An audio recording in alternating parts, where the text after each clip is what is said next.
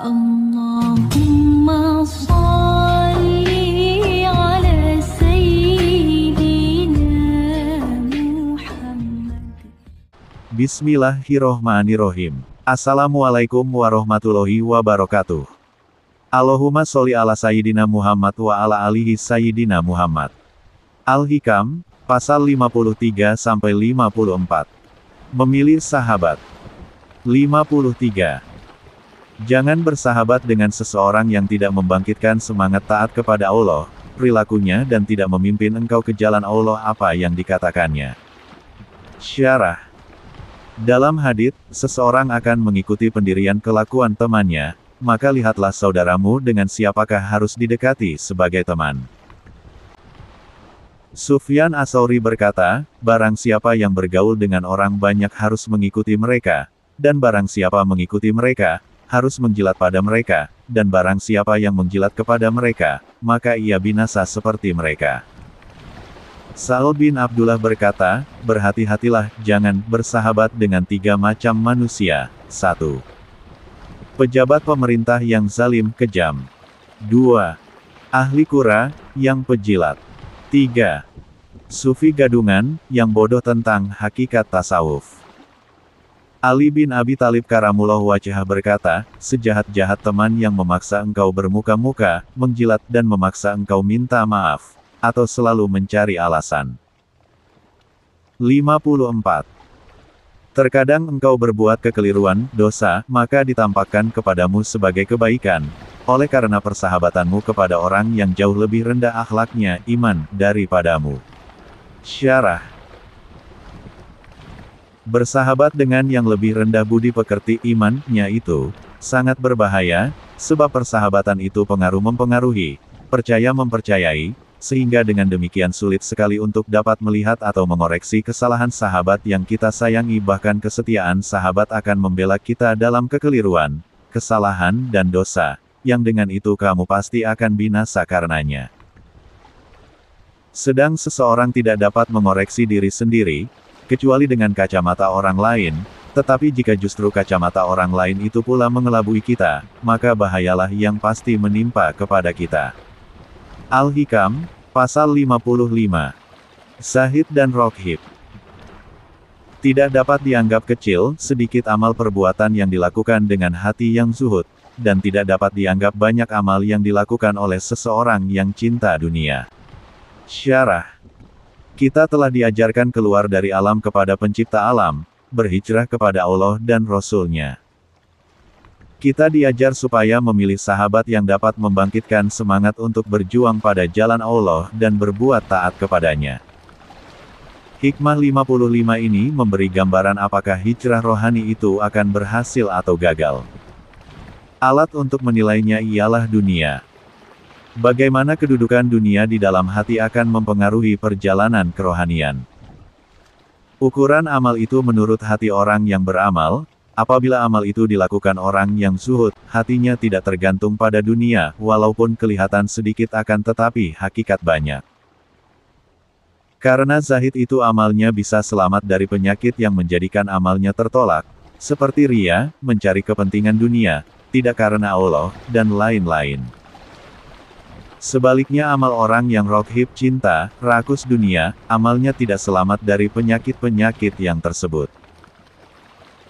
Ali bin Abi Thalib karomallahu wajhah berkata, tumpahkan semua hasrat keinginanmu itu kepada usaha untuk diterimanya amal perbuatanmu, sebab tidak dapat dianggap kecil sedikit amal perbuatan yang diterima oleh Allah.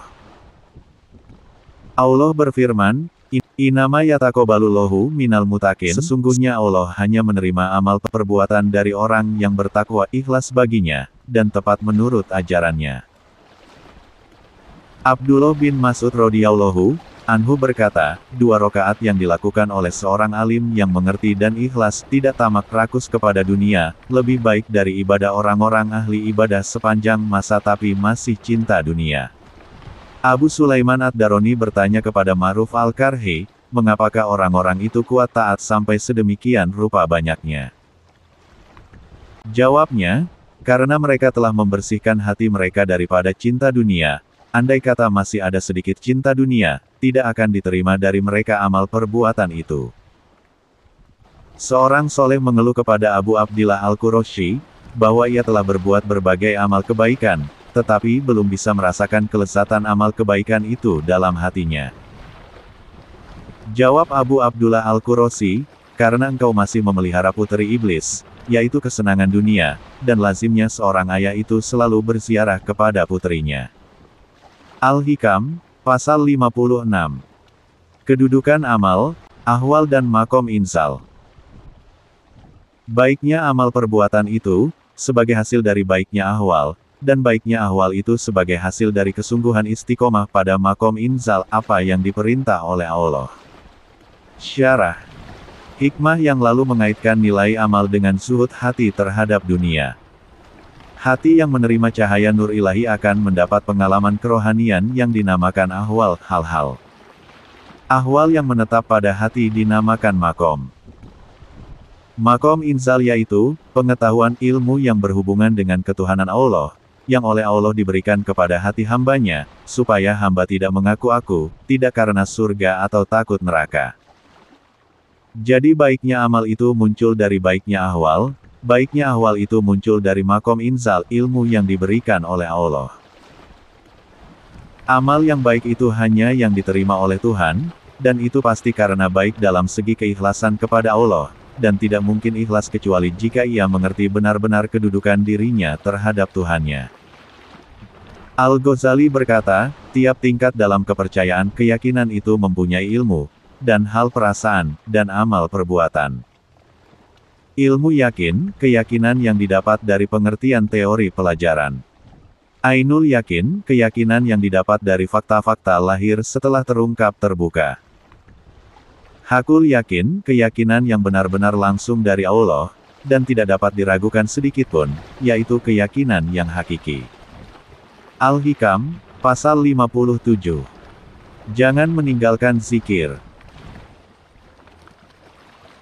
Jangan meninggalkan zikir, karena engkau belum bisa selalu ingat kepada Allah di waktu berzikir, sebab kelalaianmu terhadap Allah ketika tidak berzikir itu lebih berbahaya daripada kelalaianmu terhadap Allah ketika kamu berzikir. Semoga Allah menaikkan derajatmu dari zikir dengan kelalaian, kepada zikir yang disertai ingat terhadap Allah, kemudian naik pula dari zikir dengan kesadaran ingat, kepada zikir yang disertai rasa hadir, dan dari zikir yang disertai rasa hadir kepada zikir hingga lupa terhadap segala sesuatu selain Allah. Dan yang demikian itu bagi Allah tidak berat tidak sulit. Syarah. 4 keadaan yang berkaitan dengan zikir. 1. Berzikir dalam keadaan hati tidak ingat kepada Allah. 2. Berzikir dalam keadaan hati yang ingat kepada Allah. 3. Berzikir dengan disertai rasa kehadiran Allah di dalam hati. 4. Berzikir dalam keadaan fana, dari makhluk, lenyap segala sesuatu dari hati, hanya Allah saja yang ada. Seorang salik tidak boleh meninggalkan zikir, disebabkan karena hatinya belum bisa ingat menghadap kepada Allah. Akan tetapi ia harus tetap selalu berzikir walaupun hatinya masih belum bisa hudur. Karena orang yang meninggalkan zikir itu jauh dengan Allah hati dan lisannya. Berbeda dengan orang yang mau berzikir, meskipun hatinya masih jauh dengan Allah karena belum bisa mengingat Allah waktu berzikir, tapi lisannya dekat dengan Allah. Karena tidaklah sulit bagi Allah untuk mengubah suasana hati hambanya yang berzikir dari suasana yang kurang baik kepada yang lebih baik hingga mencapai yang terbaik. Menaikkan satu tingkat derajat ke lain tingkat derajat zikir adalah satu-satunya jalan yang terdekat menuju kepada Allah, bahkan sangat mudah dan ringan. Abu Qasim Al-Kushairi berkata, zikir itu simbol wilayah kewalian, dan pelita penerangan untuk sampai, dan tanda sehatnya permulaannya, dan menunjukkan jernihnya akhir puncaknya, dan tiada suatu amal yang menyamai zikir, sebab segala amal perbuatan itu ditujukan untuk berzikir, maka zikir itu bagaikan jiwa dari segala amal. Sedang kelebihan zikir dan keutamaannya tidak dapat dibatasi. Allah berfirman, berzikirlah ingatlah kamu kepadaku, niscaya aku berzikir ingat kepadamu. Qs. Al-Baqarah 152. Dalam hadits qudsi, Rasulullah Shallallahu Alaihi Wasallam bersabda, Allah Azza wa Jalla berfirman, aku selalu mengikuti sangkaan hamba-Ku kepadaku dan aku selalu bersamanya ketika ia berzikir kepadaku. Jika ia berzikir, mengingat dalam dirinya. Aku pun berzikir padanya dalam zatku dan jika ia berzikir padaku di keramaian, maka aku pun berzikir padanya dalam keramaian yang lebih baik daripada kelompoknya. Dan jika ia mendekat kepadaku sejengkal, maka aku mendekat kepadanya sehasta, dan jika ia mendekat kepadaku sehasta, aku mendekat kepadanya sedepa, dan jika ia datang kepadaku berjalan, aku akan datang kepadanya berjalan cepat. Abdullah bin Abbas radhiyallahu anhu berkata, tidak ada suatu kewajiban yang diwajibkan oleh Allah pada hambanya melainkan ada batas-batasnya. Kemudian bagi orang-orang yang beruzur dimaafkan jika ia tidak dapat melakukannya, kecuali zikir, maka tidak ada batas dan tidak ada uzur yang dapat diterima untuk tidak berzikir, kecuali jika berubah akal gila.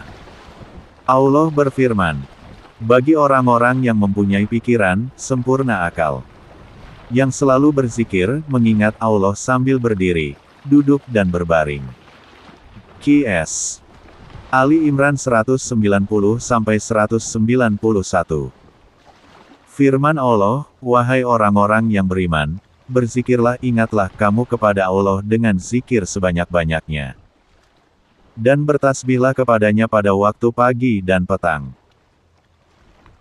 Yakni pagi, siang, sore, malam, di darat, di laut, di udara, dalam perjalanan musafir, berdiam diri pada semua tempat dan waktu, bagi yang kaya, miskin, sehat, sakit, terang-terangan atau sembunyi dengan lisan atau hati dan pada tiap keadaan.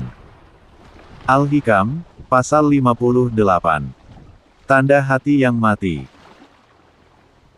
Sebagian daripada tanda matinya hati, yaitu jika tidak merasa sedih, susah karena tertinggalnya suatu amal perbuatan kebaikan, kewajiban, juga tidak menyesal jika terjadi berbuat pelanggaran dosa. Syarah. Pada hikmah sebelumnya diterangkan supaya jangan meninggalkan zikir walaupun hati belum bisa hadir ketika berzikir. Begitu juga dengan ibadah dan amal kebaikan. Janganlah meninggalkan ibadah lantaran hati tidak khusyuk ketika beribadah dan jangan meninggalkan amal kebaikan lantaran hati belum ikhlas dalam melakukannya. Khusyuk dan ikhlas adalah sifat hati yang sempurna. Zikir, ibadah dan amal kebaikan adalah cara-cara untuk membentuk hati agar menjadi sempurna. Hati yang belum mencapai tahap kesempurnaan dikatakan hati itu berpenyakit. Jika penyakit itu dibiarkan, tidak diambil langkah mengobatinya, pada satu masa, hati itu mungkin akan mati. Matinya hati berbeda dengan mati tubuh badan. Orang yang mati tubuh badan ditanam di dalam tanah. Orang yang mati hatinya, tubuh badannya masih sehat dan dia masih berjalan ke sana kemari di muka bumi ini. Manusia menjadi istimewa karena memiliki hati rohani. Hati mempunyai nilai yang mulia yang tidak dimiliki oleh akal pikiran. Semua anggota dan akal pikiran menuju kepada alam benda sementara hati rohani menuju kepada pencipta alam benda. Hati mempunyai persediaan untuk beriman kepada Tuhan. Hati yang menghubungkan manusia dengan pencipta. Hubungan dengan pencipta memisahkan manusia dari daerah kehewanan dan mengangkat darjat mereka menjadi makhluk yang mulia. Hati yang cerdas, sehat dan dalam keasliannya yang murni, berhubung erat dengan Tuhannya. Hati itu membimbing akal pikiran agar akal pikiran dapat berpikir tentang Tuhan dan makhluk Tuhan. Hati itu membimbing juga kepada anggota tubuh badan agar mereka tunduk kepada perintah Tuhan dan menjauhi larangannya. Hati yang bisa mengalahkan akal pikiran dan anggota tubuh badannya serta mengarahkan mereka berbuat taat kepada Allah adalah hati yang sehat. Dalam suatu hadits Rasulullah Shallallahu Alaihi Wasallam bersabda, barang siapa yang merasa senang oleh amal kebaikannya, dan merasa sedih, menyesal atas perbuatan dosanya, maka ia seorang mukmin.